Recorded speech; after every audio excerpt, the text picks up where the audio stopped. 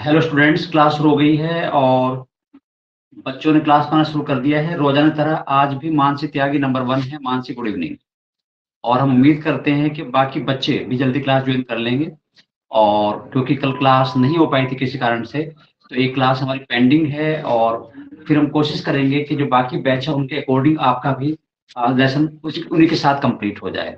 और इसी बीच हमारे साथ साक्षी यादव भी आ चुके हैं। साक्षी, गुड इवनिंग। और साक्षी, जैसा आप जानते हो कि टॉपिक हमारा चल रहा था बीच में, सीवेज ट्रीटमेंट की हम बात कर रहे थे। और आप जानते हो sewage is that municipal waste होता है जिसमें ह्यूमन एक्सक्रीटा मौजूद होती है। तो यानी हम ये कहते हैं जो भी हमारे घर से रिलीज होता है लिक्विड वेस्ट, वही सीवेज है। और ये भी हम जानते हैं कि ये सीवेज अभी तक हमारे पास कोई प्रॉपर डिस्पोजल मेथड नहीं है। इसको हम सीधे जो वाटर सोर्स है उसमें छोड़ देते हैं और इस सीवेज से वाटर सोर्स पोल्यूटेड होते जाते हैं। तो अभी हम कोई सही टेक्निक डेवलप नहीं कर पाए हैं। तो जो भी सीवेज है उसको हम किसी न किसी नेचुरल वाटर सोर्स में छोड़ते हैं और वहां पर वो पॉल्यूशन करता है। और चित्राली भी क्लास में आ चुकी। Chitrali, good evening. तो उससे पॉल्यूशन रोकने के लिए हमने सीवेज ट्रीटमेंट प्लांट लगाए हैं। वहां पर सीवेज को पहले ट्रीट किया जाता है और उसके बाद फिर से या तो वाटर सोर्स में रिलीज किया जाता है या फिर उसका रफ यूज हम कर सकते हैं, जैसे इरिगेशन में कर सकते हैं। या फिर वो इस लायक हो जाता है कि हम उसको जहां पर कंस्ट्रक्शन साइट्स हैं, कंस्ट्रक्शन वर्क में यूज कर सकते हैं। जहां पर रफ वाटर यूज होता है वहां पर यूज किया जा सकता है। गार्डनिंग में आप अपने पौधों को पानी देना कर सकते हो। तो ये सब हम कर सकते हैं। ठीक है, ये सब हम जानते हैं। और अब सीवेज क्या है, उसकी बीओडी कितनी है, ये हम सब जानते हैं। और आपको याद आ रहा होगा जो सीवेज है उसकी बीओडी, अनट्रीटेड सीवेज की बीओडी 400 होती है और ट्रीटमेंट करने के बाद वो रिड्यूस होकर अबाउट 20 mg पर लीटर आ जाती है। और इस वाटर को अगर हम वाटर छोड़ते हैं तो it will not cause pollution, से पॉल्यूशन नहीं होगा। ठीक है, ये हम जान चुके थे। और अब हम बात कर रहे हैं सीवेज ट्रीटमेंट मेथड। किसकी बात कर रहे हैं? सीवेज ट्रीटमेंट मेथड, प्रोसेस की बात कर रहे हैं। और यहीं से आपको क्लास को स्टार्ट करना अपनी को। और चित्राली, सीवेज का ट्रीटमेंट 2 स्टेप में होता है, primary step and secondary step. तो आप जहां पर आपने छोड़ा हुआ है वो यही था, प्रोसेस ऑफ सीवेज ट्रीटमेंट। तो वहां पर आपको करना है complete in 2 steps. Process of sewage treatment, process of sewage treatment complete in 2 steps. तो मानसी, आपको यहां से करना है complete process sewage treatment completes in 2 steps. उसके 2 स्टेप बच्चे 2 स्टेप में पूरा होता है, जिनको बोलते हैं primary step and secondary step. और पहले हम बात नंबर 1 की करेंगे, प्राइमरी ट्रीटमेंट। प्राइमरी ट्रीटमेंट, ठीक है। तो मानसी त्यागी जी, पहला है प्राइमरी ट्रीटमेंट। और हम ये जानते हैं कि प्राइमरी ट्रीटमेंट फिजिकल ट्रीटमेंट है। फिजिकल, इसमें हम कोई ऑर्गेनिक यूज नहीं करते। तो आप नोट कर लें, primary treatment is physical treatment. तो it is physical treatment. Physical treatment ये होता है, ठीक है। और इसके 2 स्टेप हैं based on filtration and sedimentation. यहां पर आप फिल्ट्रेशन करते हैं और सेडिमेंटेशन करते हैं। अब क्या फिल्टर करते हैं, क्या सेडिमेंटेशन, उसकी हम बात करने वाले हैं। तो मानसी, यहां पर क्या है, it is based on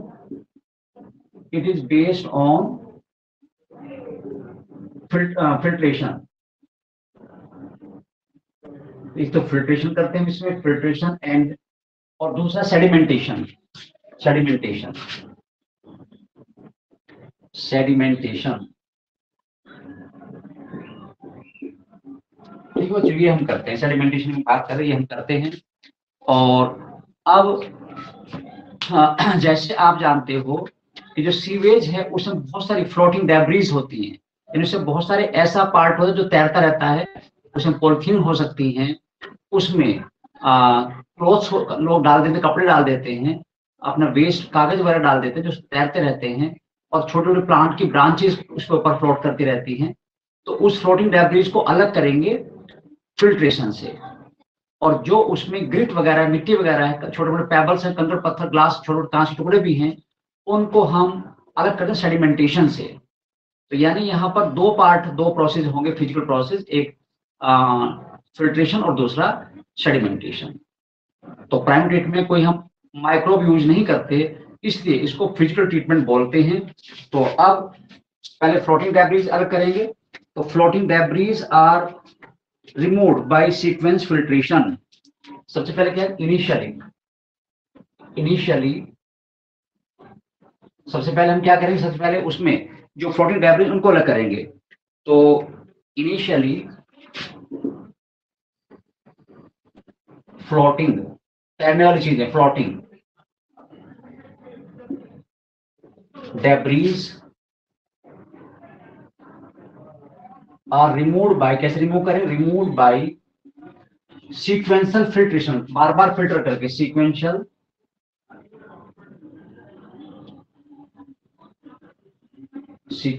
filtration.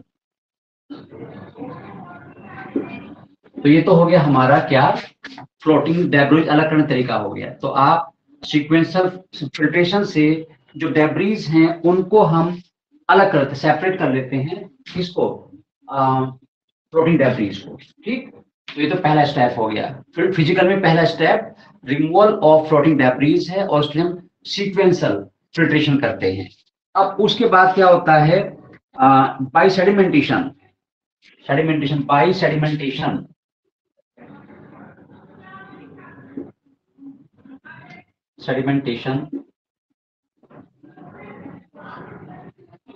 by sedimentation, solid, जो सॉलिड वेस्ट उसमें है, सॉलिड वेस्ट एज ग्रिट, मिट्टी, ग्रिट, जो आप देखो पानी वो गंदा गंदा होता है, काला काला रंग का होता है, क्योंकि उसमें ग्रिट होती है, मिट्टी होती है, और भी जो भी फ्लोटिंग, जिस जहां से वो फ्लोट होकर जा रहा है, जो भी वहां पर मटेरियल है वो साथ मिक्स होता रहता है, जिससे उसका वाटर का कलर जो है बच्चों बदल जाता है, वो ब्लैकिश ग्रे हो जाता है। तो सोयल है, सोयल एंड स्मॉल पेबल्स, छोटे पत्थर वगैरह जो होते हैं, पेबल्स, आर रिमूव्ड बाय, और उसको कैसे रिमूव करेंगे Sakshi, are removed by grit and small pebbles are removed by, बस रिमूव हो जाते हैं सेडिमेंटेशन से, उसमें जो ग्रिट है, पेबल्स हैं, वो रिमूव हो जाते हैं। ठीक है, और जो भी जिस टैंक में हम कर रहे हैं उसको हम, इसको बोलते हैं प्राइमरी सेडिमेंटेशन टैंक। जिस टैंक में इसको हमने इकट्ठा किया है, इस सीवेज को लेकर आए हैं, उसको बोलते हैं primary sedimentation tank. The tank in which, तो बच्चों नोट करेंगे, द टैंक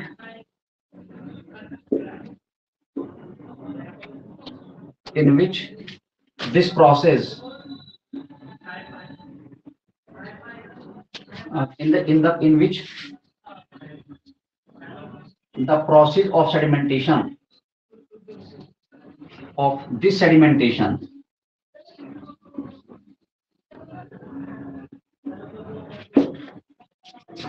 is done, हम करते हैं,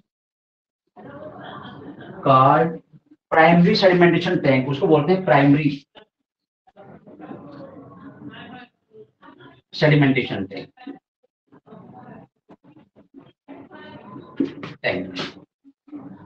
तो जो भी सीवेज है उसको हम लेके जाएंगे सेडिमेंटेशन टैंक में, और उस टैंक में जो सेडिमेंटेशन होगा वो मिट्टी का होगा, सोयल का होगा, और पेबल्स वगैरह का होगा। जो भी सेडिमेंट हुआ है बॉटम में उसको बोलते हैं प्राइमरी स्लज। तो सेडिमेंटेड मटेरियल क्या कहलाएगा, प्राइमरी स्लज। याद रखें, प्राइमरी स्लज वो सब मटेरियल है जो प्राइमरी सेडिमेंट टैंक में सेटल्ड हो जाता है, इकट्ठा हो जाता है, नीचे बैठ जाता है। ठीक है, तो ऑल सॉलिड्स दैट सेटल्स, अगला पॉइंट क्या है Mansi, all solids all solids that settles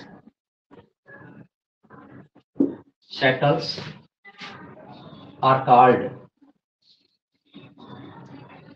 primary sludge, उसको बोलते हैं प्राइमरी स्लज। ये तो काफी बड़ा अमाउंट होता है, इट इज टू मच। और अजय सिरोही भी हमारे साथ हैं। Ajay good evening. और अजय के साथ साथ और कौन हमारे साथ है, तो अवनी राणा भी हमारे साथ हैं। लेकिन अवनी जी आपकी गुड इवनिंग नहीं मिल रही है और ये अच्छी बात है, कंजूसी नहीं चलेगी। ठीक है, तो चलिए अब आगे बात करते हैं। तो अजय सिरोही, जो भी सेडिमेंटेशन होगा, जो इकट्ठा होगा, उसको हम क्या बोलेंगे, प्राइमरी स्लज। अब इट कलेक्टेड इन बल्क, काफी बड़े अमाउंट में इकट्ठा होता है। इसका क्या करें, तो इसका यूज हम करते हैं लैंड फिलिंग में। कहाँ यूज करते हैं, it is used in land filling या रोड कंस्ट्रक्शन। जहां पर हमें चाहिए वहां पर हम इसका यूज कर सकते हैं या करते हैं। तो रफ मिट्टी जहां चाहिए बल्क में, तो हम वहां उसको डाल देते हैं, गड्ढे वगैरह भर लेते हैं। और रोड को क्योंकि वो थोड़ा हाइट में बनती है, तो उसके लिए हमें सोयल चाहिए होती है, तो हम इसका यूज वहां कर लेते हैं। तो ये इसका यूज है। तो यानी जो एक सीवेज में सॉलिड वेस्ट था वो काम आ गया, अब फ्लोटिंग भी हो गया। तो ये प्राइमरी ट्रीटमेंट तो पूरा हो गया, फ्लोटिंग और सेडिमेंटेशन करके प्राइमरी ट्रीटमेंट पूरा हो जाता है। और जो सेडिमेंटेशन बाद जो लिक्विड वेस्ट बचता है उसे बोलते हैं effluent, that is called effluent. उसे क्या बोलेंगे, एफ्लुएंट। तो सेडिमेंटेशन हो गया, वो तो प्राइमरी स्लज है। तो प्राइमरी स्लज रिमूव करने के बाद सीवेज को अब हम बोलते हैं एफ्लुएंट। एक वर्ड और आपके सामने आ गया, उसको हम बोलेंगे एफ्लुएंट। तो मैं नोट कर रहा हूं आपको, आफ्टर सेडिमेंटेशन, आफ्टर सेडिमेंटेशन, ठीक है, आफ्टर सेडिमेंटेशन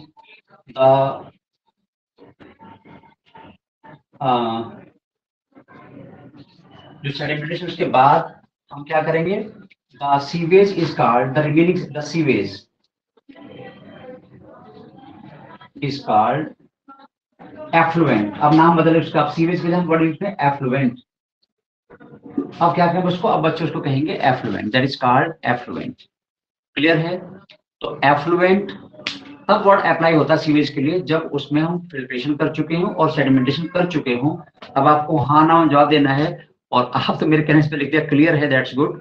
तो चलिए, तो मानसी जी सब बच्चों ने हाँ पहले कर दिया, तो अब आप पकड़ गए कि मैं क्या कहने वाला हूँ। आप उससे पहले ही अपना काम पूरा कर दें, दैट्स गुड। इसे कहते हैं समझदार को इशारे काफी होता है। तो तारीफ हो रही, देखो आपके समझदार को इशारे काफी है, यानी आप समझदार हैं। अब आगे जानो, अब क्या करेंगे, अब हम करेंगे सेकंड ट्रीटमेंट। अब बात होगी सेकेंडरी ट्रीटमेंट की, प्राइमरी पूरा हो गया, सेकेंडरी ट्रीटमेंट की बात कर रहे हैं हम।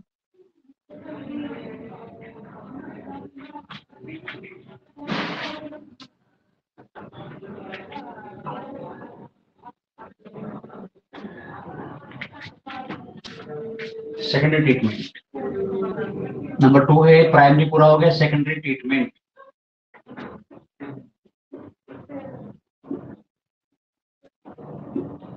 और बच्चों सेकेंडरी ट्रीटमेंट होता है, ये बायोलॉजिकल है, यहाँ पर माइक्रोब जरूरत पड़ेगी।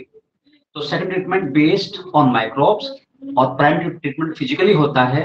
उसके दोनों स्टेप आपको क्लियर हो गए, फ्लोटिंग और फ्लोटिंग डेब्रिज सेपरेट करना, और जो सॉलिड वेस्ट उसको अलग करना।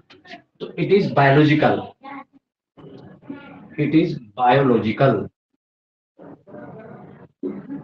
क्यों है, बिकॉज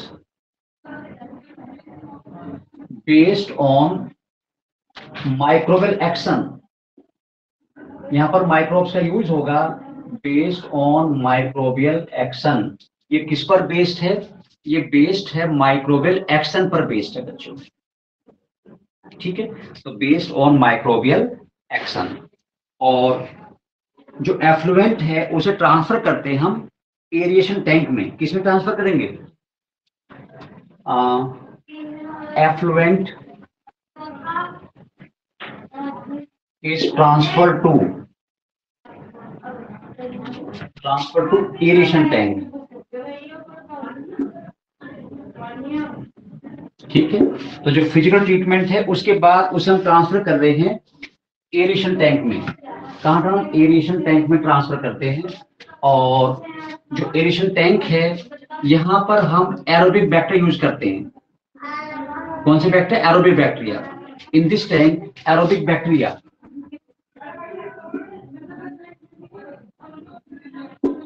एरोबिक बैक्टीरिया, कौन से बैक्टीरिया बात करेंगे? Aerobic bacteria are added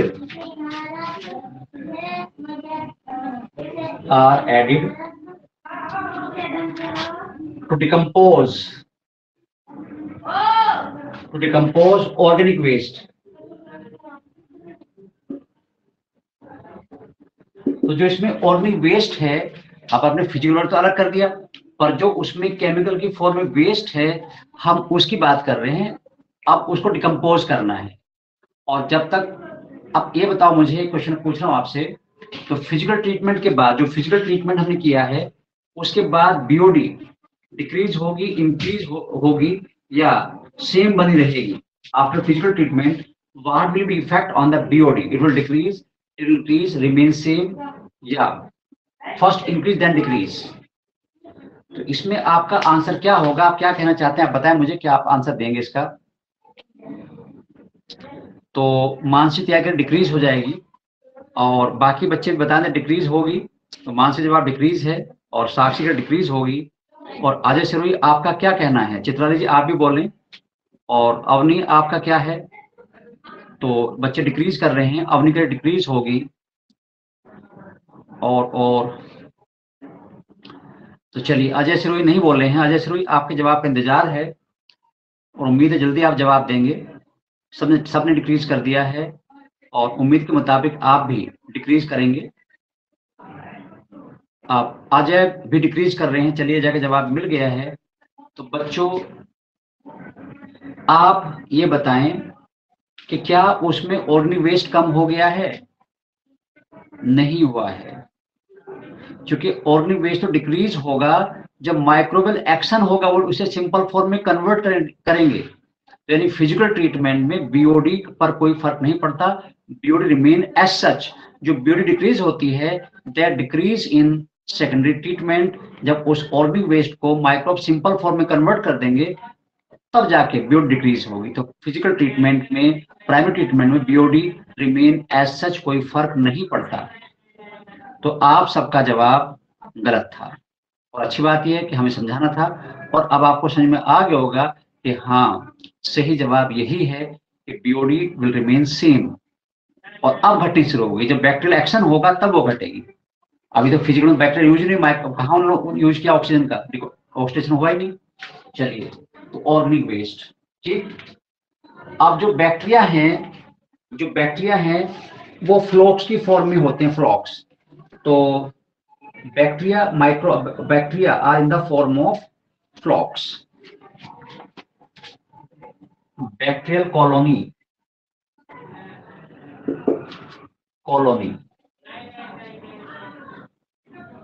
are in the form of flocs.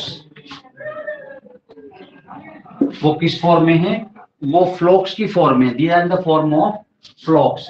तो जो कॉलोनी है वो फ्लॉक्स की फॉर्म में होती है। अब तुरंत question number, what are the फ्लॉक्स?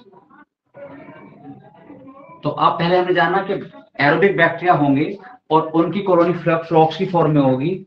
और flocs are the masses of bacteria. अब जानो इसकी लिख रहा हूं definition, flocs are masses of bacteria. Bacteria group है, गुच्छा है, मासेज ऑफ बैक्टीरिया। बैक्टीरिया का मास है, तो मैं आपको यहाँ लेके आ रहा हूँ वर्ड को, इसको नहीं तो कट गया है। Masses of bacteria. फिर बैक्टीरिया के मासेज हैं और एसोसिएटेड विद फंगल फिलामेंट,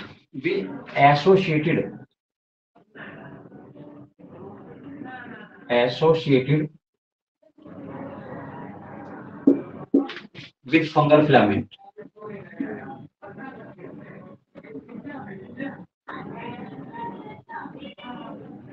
अब मैं थोड़ा और क्लियर कर दूं, देखिए फंगल हाइफी के ऊपर, माइसेल के ऊपर हम बैक्टीरियल कॉलोनी जब डेवलप करते हैं तो उसे हम फ्लॉक्स बोलते हैं। तो फ्लॉक्स क्या है, जैसे आप चाय की छलनी होती है ना, तो छलनी के ऊपर चाय की पत्ती रह जाती है, तो ऐसे ही जो फिलामेंट्स हैं फंगस के, जिन्हें हाइफी बोलते हैं, उनके ऊपर बैक्टीरिया की कॉलोनी डेवलप करते हैं, उन्हें फ्लॉक्स बोलते हैं।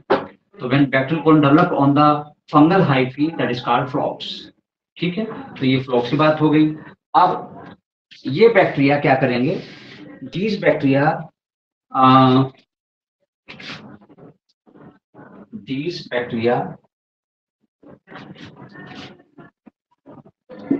as decompose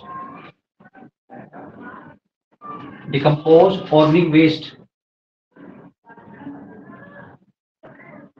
जैसे ऑर्गेनिक वेस्ट डिकम्पोज करेंगे, बीओडी घटेगी, अब बीओडी डिक्रीज होगी, BOD also decrease, BOD also decrease.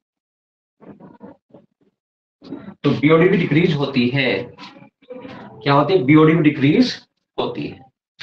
तो मानसिक क्लियर है कि फ्लॉक्स वर्ड पे ध्यान देना है, bacterial colony grown on the fungal hyphae and that association is called flocs. ठीक है, और इससे क्या होगा कि जो बैक्टीरिया है वो डिकम्पोज करेंगे ऑर्गेनिक मैटर को, और जो बीओडी है वो घटेगी। ठीक है, घटेगी। और अब हम क्या करेंगे, जब अच्छा एक और हमें ध्यान देना है, चूंकि इस एरेशन टैंक में एरोबिक बैक्टीरिया हैं, they have need of oxygen in their respiration, तो उन्हें लगातार ऑक्सीजन चाहिए, तो टैंक में ऑक्सीजन सफिशिएंट अमाउंट होना चाहिए।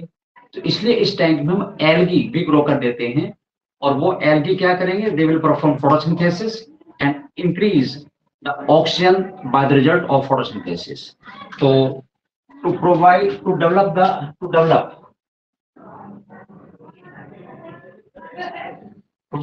Oxygen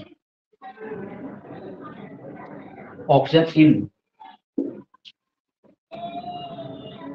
aeration tank, algae are also grown.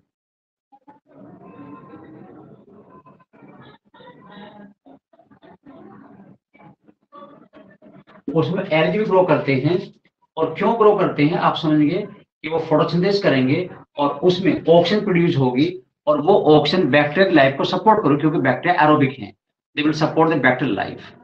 तो अब बताएं, ये भी अब क्लियर हो गया होगा। अब यहां से हम क्या करेंगे, तो बीओडी लगातार घट रही है, और अब हम क्या करेंगे, जो सेकंड ट्रीटमेंट है, जो ये टैंक है एरेशन टैंक, इससे एफ्लुएंट को हम भेजेंगे सेकेंडरी सेडिमेंटेशन टैंक में। एक तो प्राइमरी हो चुका जहां पत्थर उत्थर हमने अलग कर दिए, और जो उसमें टुकड़े वगैरह थे कांच के, सॉलिड मिट्टी वगैरह अलग कर दिए, पर अभी भी उसमें ग्रिट होती है, मिट्टी होती है। अब इसका रंग थोड़ा काला है, हल्का तो पड़ गया, कुछ मिट्टी इकट्ठी हो गई, कुछ में और है। तो अब from aeration tank effluent transfer to the secondary sedimentation settling tank. तो अब हम क्या कर रहे हैं, from aeration tank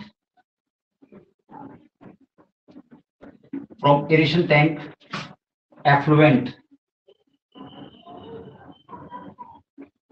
is transfer to, कहाँ ट्रांसफर टू सेकेंडरी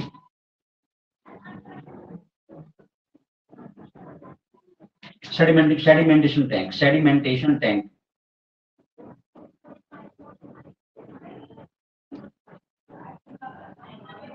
उसमें हम ट्रांसफर करेंगे, we will transfer in secondary sedimentation tank.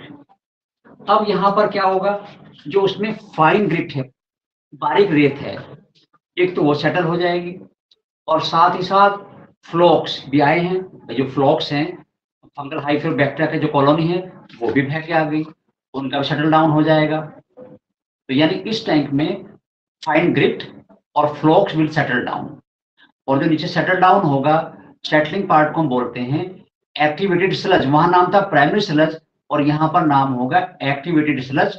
और इसमें कौन से बैक्टीरिया होंगे, activated sludge has more rich number of aerobic bacteria वो नीचे बैठ जाएंगे। तो in this tank,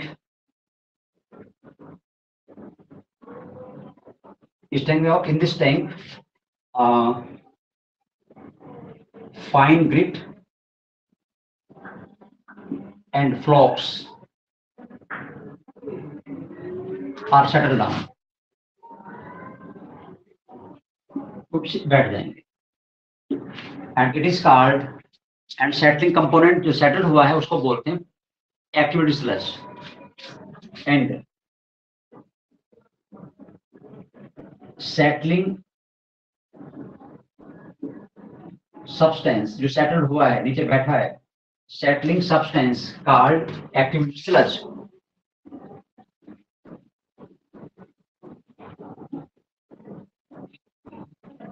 called activated sludge बोलेंगे बच्चों, एक्टिवेटेड स्लज बोलते हैं। तो प्राइमरी स्लज डिफरेंस है, डिफरेंस है। और आपकी शायद आवाज रुकी होगी एक सेकंड के लिए।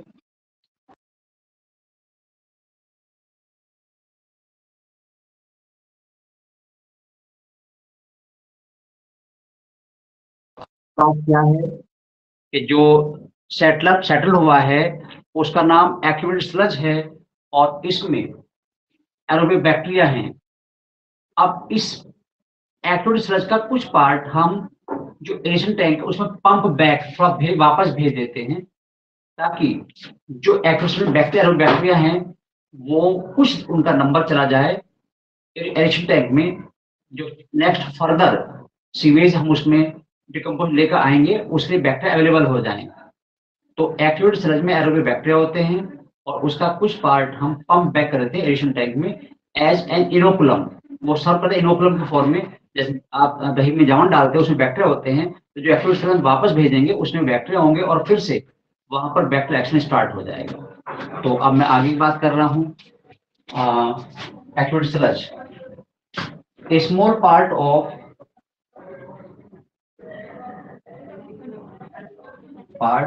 activated sludge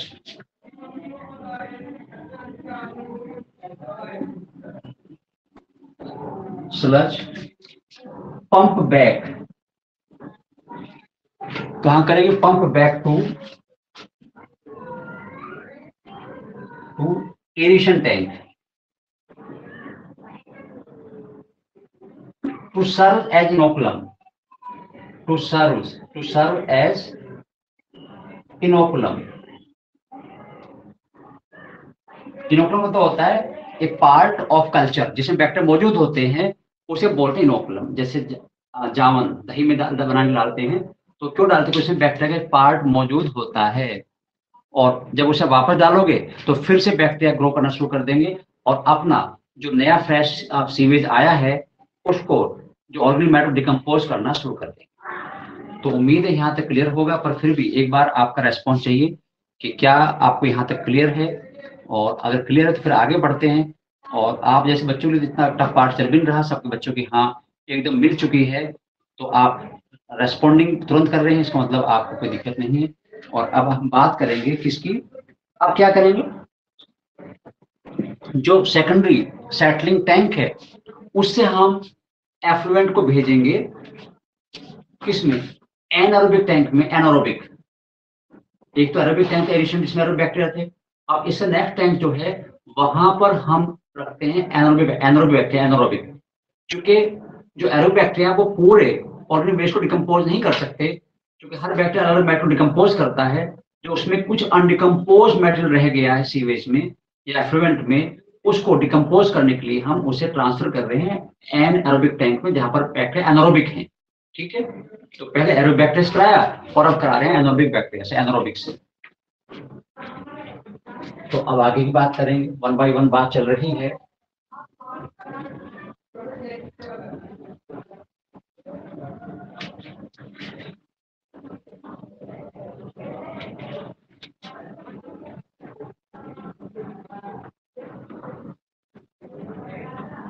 चलिए बच्चों, तो from secondary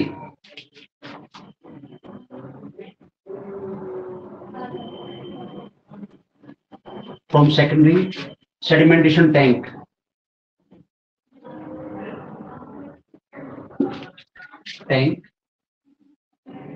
effluent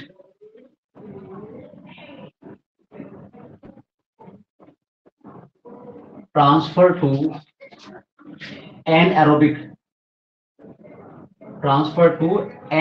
tank, aerobic tank, ठीक है। And anaerobic bacteria decompose the remaining organic matter, जो बचा हुआ है, and anaerobic bacteria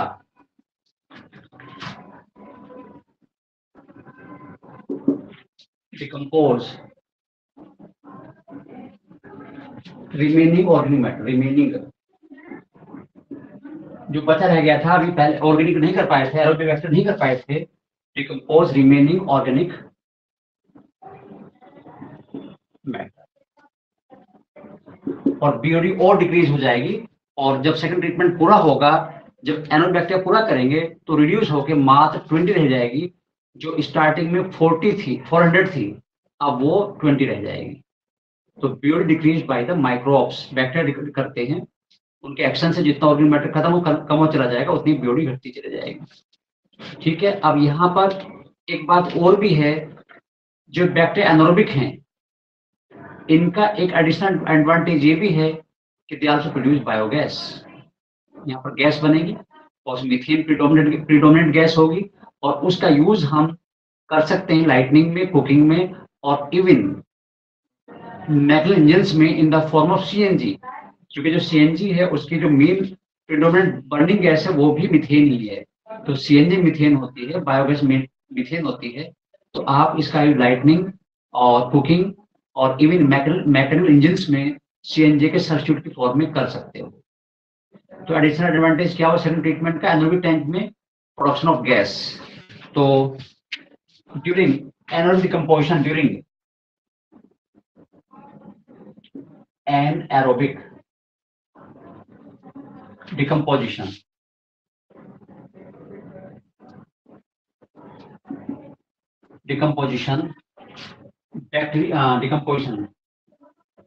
bacteria also produce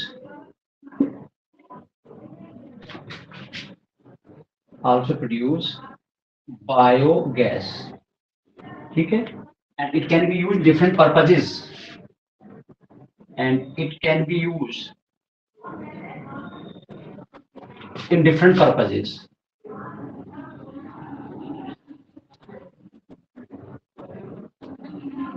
ठीक है। इसका डिफरेंट पर्पजेज में कर सकते हैं। मैंने पहले बोला कुकिंग में कर सकते हो, खाना बनाने में कर सकते हो, लाइट जलाने में कर सकते हो, और इवन इंजन्स में कर सकते हो। ये एडिशनल एडवांटेज है सेकेंडरी ट्रीटमेंट का, एनारोबिक ट्रीटमेंट का, ठीक है।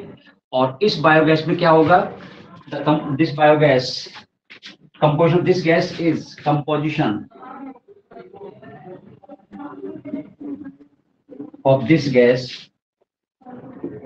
is predominant gas methane is predominant, ज्यादा अमाउंट में predominant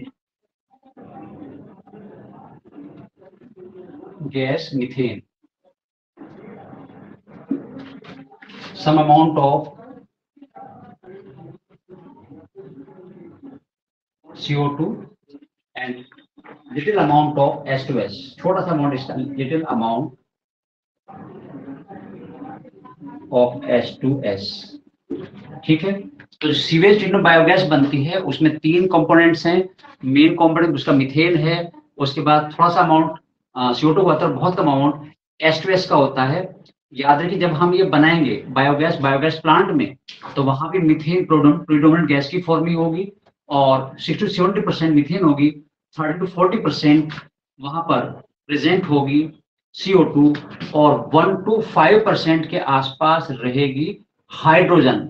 यहाँ H2S है और वहां पर होती है हाइड्रोजन। तो थोड़ा H2S और हाइड्रोजन डिफरेंस है सीवेज ट्रीटमेंट की गैस में और बायोगैस प्लांट की गैस में, बाकी मीथेन में और CO2 को डिफरेंस नहीं है। अब आगे क्या होगा, चलिए आगे जानो। तो अब क्या हुआ, बीओडी घट के 20 रह गई। After second treatment, after an aerobic treatment, BOD is reduced as 20 mg per litre. वो रिड्यूस होके 20 mg पर लीटर हो गई है, 20 mg पर लीटर। ठीक है बच्चों, 20 mg पर लीटर हो गई है। अब ये तो अच्छी बात हो गई। अब जो ये सीवेज एफ्लुएंट हो गया, अब इस एफ्लुएंट को हम क्या कर सकते हैं, ये उस फॉर्म में आ गया है कि आप इसको वाटर सोर्स में रिलीज करते हैं तो भी पॉल्यूशन नहीं करेगा। जो 20 mg का जो एफ्लुएंट है विल नॉट कॉज पॉल्यूशन, और साथ ही साथ इसका यूज हम रफ वाटर के फॉर्म में कर सकते हैं। मैं बार बार बोल, रफ का मतलब जिसको पीना ना हो, पीने से अलग, ड्रिंकिंग वाटर के फॉर्म में नहीं। जैसे आपको कहीं गार्डनिंग में अपना गाड़ी साफ करनी है, सड़क पानी छिड़काव करना है, कंस्ट्रक्शन साइट पे यूज करना है, ये मैं देखते हैं रोड बनती है वहां बहुत सारे पानी की जरूरत पड़ती है तो वहां से यूज कर सकते हो। तो इससे हमारा ग्राउंड वाटर बच जाएगा, एक प्योर वाटर बच जाएगा और इसका सही यूज हो जाएगा। तो now effluent can be release in water source.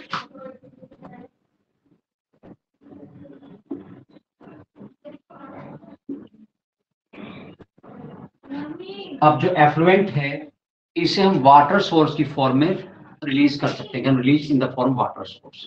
ठीक है, अब बच्चों वाटर सोर्स हम रिलीज कर सकते हैं तो अच्छी बात है। ठीक है, या और कैन बी यूज्ड, और can be used in irrigation style में। इन इरिगेशन अब तक नहीं कर सकते, इससे पहले इरिगेशन और इन रफ यूज। तो रफ यूज मैं डिटेल नहीं बता रहा हूं, पर मैं बता रहा हूं आपको रफ यूज का मतलब होता है जो हम पानी का जो ड्रिंकिंग पर्पज से अलग यूज करते हैं वो रफ यूज है, और वो रोड क्लीन करने के लिए हम यूज करते हैं, और अपनी जो गार्डन है उसे पानी देने के लिए करते हैं। Road custom, building custom use कर सकते हैं, तो वो रफ यूज है। तो यानी ऐसे करने से जो हमारा वाटर सोर्स का पॉल्यूशन हो रहा था वो भी बच गया, और जो वाटर वेस्ट हो रहा था वो भी बच गया। तो हमने उसके दो पर्पज सोल्व कर लिए कि एक तो अगर हम वाटर सोर्स डालें तो पॉल्यूशन नहीं करेगा, और दूसरा इस वाटर का हम रिसाइकिल हो गया और इसका रीयूज किया जा सकता है। तो that is the sewage treatment, इसको हम बोलते हैं सीवेज ट्रीटमेंट। उसके लिए हमने बहुत सारे सीवेज ट्रीटमेंट प्लांट लगाए हैं। और अगर हम बात करें साक्षी, हाँ वॉशिंग में कर सकती हो, पर क्लॉथ वॉशिंग में थोड़ा सा जो है वो बहुत सुटेबल नहीं, मैं वर्ड यूज करूंगा कि कर सकते हैं, पर उसके लिए प्रायोरिटी नहीं है कि वो एकदम परफेक्ट वाटर होगा क्लीनिंग के लिए, कपड़े धोने के लिए। चलो, तो अब ये सारा जो सीवेज ट्रीटमेंट है it is based on natural process. इसमें हमने कोई टेक्नोलॉजी डेवलप नहीं की है, ये सब नेचुरल होता रहता है। अगर आप ये ना करें तो काफी जो नाले नाले में पानी बह रहा है वहां पर भी सीवेज ट्रीटमेंट अपने आप चलता रहता है, और वो इस प्रोसेस तरह से नहीं होता कि वो पूरे वाटर क्लीन कर सके। तो इसके में हमने केवल उसको मैनेज किया है, जो बायोलॉजिकल टेक्निक्स हैं, सॉरी नेचुरल टेक्निक्स हैं, उनको मैनेज किया है, हमने उनको डेवलप नहीं किया है। वो नेचर में अपने आप भी होती रहती है। तो उम्मीद है कि सीवेज ट्रीटमेंट आपको पूरी क्लियर हो गया होगा। और अब हम एक और टॉपिक की बात करेंगे, छोटा टॉपिक है जिसका नाम है Ganga action plan and Yamuna action plan. Ganga action plan and Yamuna action plan, gap and यैप।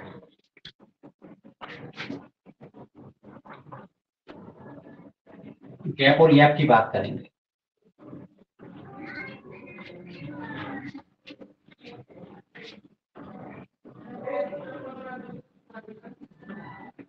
चलिए, गैप और यैप। गंगा एक्शन प्लान इसे बोलते हैं गैप। and Yamuna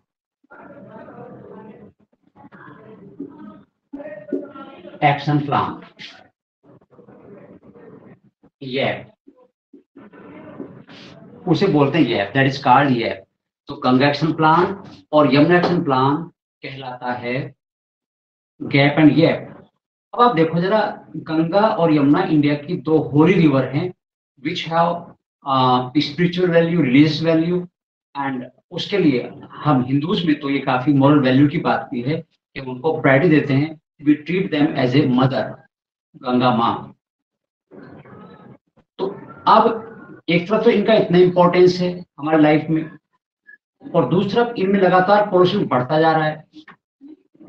तो टू मेंटेन प्योरिटी और नेचुरलिटी ऑफ गंगा और Yamuna, government of India has started GAP and YAP programme. तो ये प्रोग्राम गंगा और यमुना की जो प्योरिटी है, नेचुरलिटी है, उसको बनाए रखने के लिए स्टार्ट किए गए। अब कब किए, किसने किए, क्या इनका मकसद है? तो मकसद तो वही है, तो मैं लिख रहा हूं आपको, Ganga and Yamuna, Ganga and Yamuna are two holy river, are two holy river, rivers of India. ये इंडिया की दो होली रिवर्स हैं, पवित्र नदियां हैं, ठीक है। और to maintain their naturality, GAP और YAP प्रोग्राम स्टार्ट किए गए हैं। Due to urbanisation,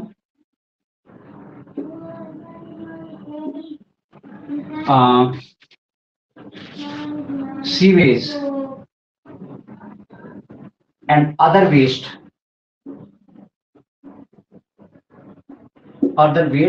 wastes are added in these rivers,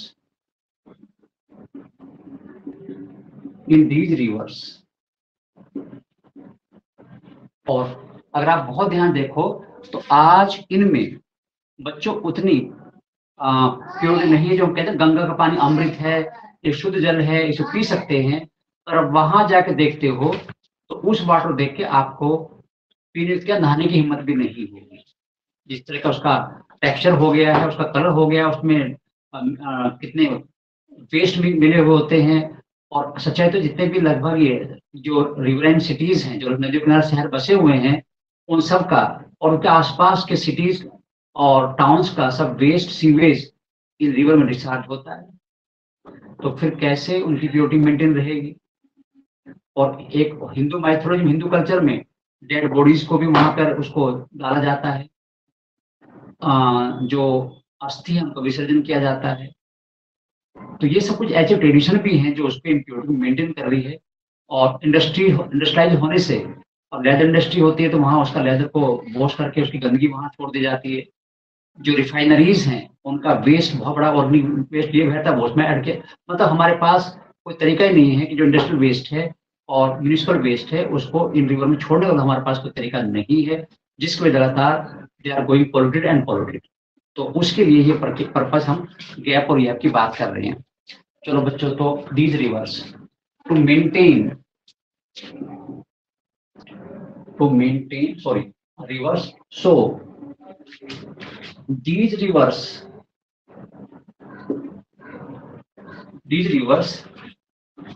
have become polluted,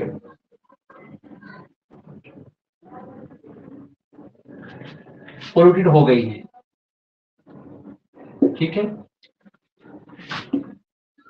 to maintain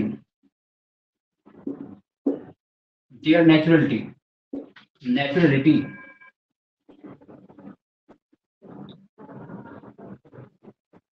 ठीक है, जो इनकी नेचुरलिटी है उसे मेंटेन करने के लिए, गैप और YAP प्रोग्राम स्टार्ट किए गए हैं। नेचुरलिटी, गैप एंड YAP, पहले गैप हुआ फिर YAP हुआ, programmes were started, programmes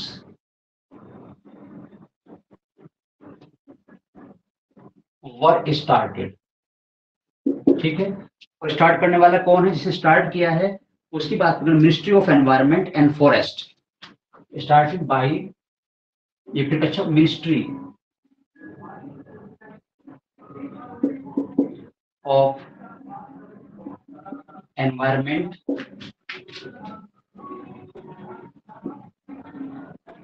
and forest, ministry of environment और एंड फॉरेस्ट ने गैप और यैप को स्टार्ट किया है, और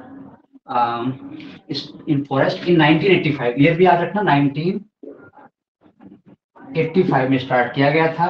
तो जिनका नाम शुरुआत में गैप और यैप था, बच्चों अब गंगा वाले का नाम है नमामि गंगे प्रोजेक्ट। तो लगभग नाम बदल दिया, लेकिन लगभग वही पर्पज है, वही उद्देश्य है कि हम इनको क्लीन रखें, और काफी कुछ एफर्ट्स किए भी जाते हैं, और वो ना काफी होते हैं। सब कुछ करने के बाद भी हम जो मकसद है वो पूरा नहीं कर पा रहे हैं, और इसलिए हमें लोगों की सोच बदलनी होगी। गवर्नमेंट चाहती है कि डेड बॉडी उसको ना डाली जाए, जो हम इधर उधर के वेस्ट उसको ना करें, कपड़े जो धुले जाते हैं, हाल तो कपड़े धुलने का प्रोग्राम तो काफी कम हो गया है, लेकिन जो और इंडस्ट्रियल है उस पर जोर देने की जरूरत है। और जो सीवेज है वो डायरेक्ट डिस्चार्ज न करके ट्रीटमेंट करके डिस्चार्ज किया जाए, ये पर्पज था। गैप और यैप में ये कहा गया था, जो सिटीज हैं इन रिवर्स के आसपास बसे हुए, उनका सीवेज ट्रीट किया जाएगा, ट्रीटमेंट किया जाएगा, उसके बाद उसे डिस्चार्ज किया जाएगा। तो बहुत सारे सीवेज ट्रीटमेंट लगाने थे, कुछ लगे भी और कुछ नहीं लग पाए। चलो तो हम अपनी बात पूरी कर दें। अब जो हम तो अपनी बात करें, गवर्नमेंट को अपना काम करना है। 1995 now gap is named as Namami Gange, Namami Gange project. अब ये नाम है इसका, अंडर गैप एंड यैप, गैप और यैप के अंतर्गत जो है क्या करना था, अंडर गैप एंड यैप the sewage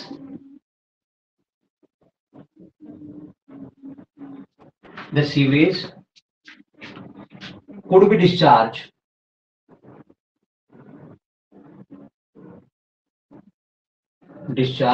in these rivers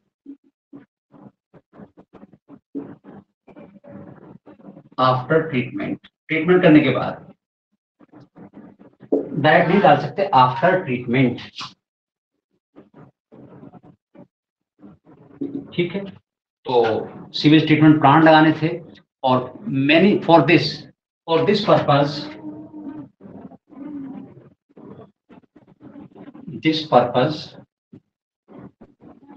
STPs, sewage treatment plants, are established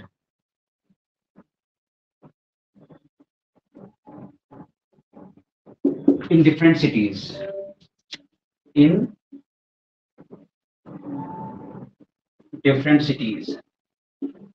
जो डिफरेंट सिटीज हैं उनमें डिफरेंट सीवेज ट्रीटमेंट प्लांट लगाए गए हैं, और उसी के बाद उसको डिस्चार्ज किया जाना है। और वो प्लांट कितने काम करें कितने नहीं कर रहे हैं, इस पर कोई बात हम नहीं कर सकते। हम तो ये कह सकते हैं कि हाँ, प्रोजेक्ट का मोटिव बहुत अच्छा है, और we should absolutely achieve that, हमें अचीव करना चाहिए, क्योंकि दोनों रिवर हमारे लिए स्पिरिचुअल वैल्यू कैरी करती हैं, और हमारे लिए रिलीजियस वैल्यू कैरी करती हैं, और इमोशनल हमारा इन रिवर के साथ अटैचमेंट है। तो ये गैप और यैप की बात है। नमामि गंगे नया नाम है। और बच्चों, कल हम करेंगे बायोगैस प्लांट की बात, या बायोगैस प्रोडक्शन की बात, वो कैसे होगी कल जानेंगे। ठीक है, टाइम मैं बता दूंगा आपको, हो सकता है इस टाइम में हो, मैं भी नहीं कह सकता कुछ, क्योंकि कल मुझे बाहर रहना है जैसे रोहित। तो चलिए बच्चों, आज यहीं तक, और कल फिर मिलते हैं। Thanks for being together and see you tomorrow.